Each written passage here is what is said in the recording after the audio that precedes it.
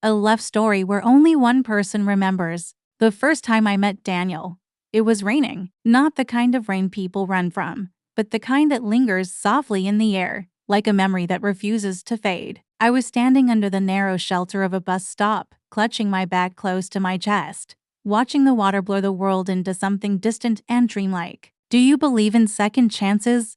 he asked suddenly. Second chance, eyes holding a strange familiarity that made my heart skip without reason. "I don't know," I replied honestly. He smiled, but there was something fragile in it. "I think we're living one." At the time, I thought it was just a strange thing for a stranger to say. I didn't know it would become the beginning of everything and the echo of something I had already lost. We met again the next day. And the next. And somehow, without either of us planning it, Daniel became part of my life. We shared coffee in quiet cafes, walked through crowded streets as if they belonged only to us, and talked about everything: dreams, fears, the future we imagined. Yet, there were moments when Daniel would pause mid-conversation, his gaze lingering on me, with an intensity that made my chest tighten. "What?"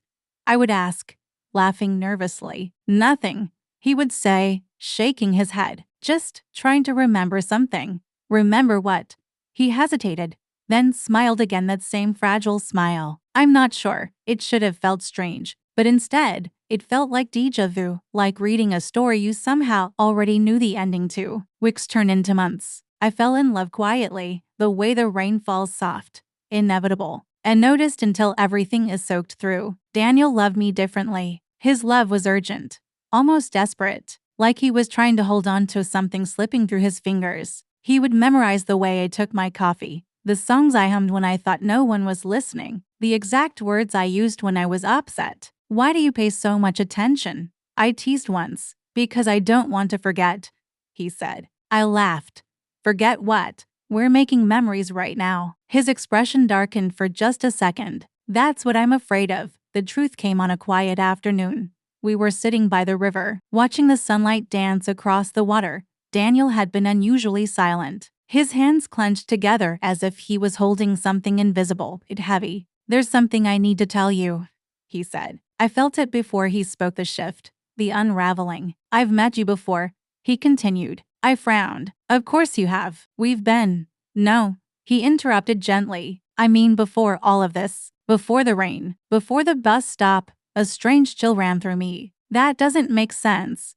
"It doesn't to you," he said softly. "But it does to me." He took a deep breath, like someone preparing to dive into deep water. "We were together," he said, "for 3 years. We loved each other. We planned a future. And then, you had an accident." My heart began to pound. "You survived," he continued, his voice trembling. "But when you woke up, you didn't remember me. Not even a little." I stared at him, searching his face for any sign of a joke, a lie, something to ground me back into reality. But there was only truth and heartbreak. "That's not possible," I whispered. "I wish it wasn't," he said. The world didn't change in that moment. The river kept flowing. The sunlight kept dancing. People passed by without noticing that my entire life had just cracked open. "Why didn't you tell me before?" I asked. "Because I tried," he said. "The first time, you looked at me like I was a stranger. You were scared. You pushed me away." A sharp pain pierced my chest. "So,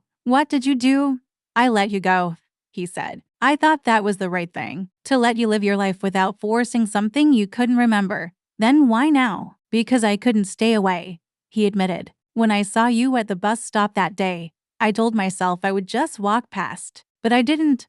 His eyes met mine, filled with something raw and unguarded. "I fell in love with you again," he said. "Even though I knew how it might end, I wanted to remember. God, I wanted to." I closed my eyes, searching through the empty spaces in my mind, hoping to find something, anything that belonged to him. But there was nothing. No shared laughter from years ago. No quiet moments. No memories of a love that had once defined my life. Just silence. "I'm sorry," I whispered, the words breaking apart as they left my lips. Daniel shook his head immediately. "No, don't be. It's not your fault. But it feels like I'm losing something I don't even know I had." He smiled sadly. "That's exactly what it feels like." In the days that followed, everything felt different. Every moment we shared now carried the weight of something unseen. Every laugh, every touch, Every word felt both new and painfully old. Do you ever wish you hadn't told me?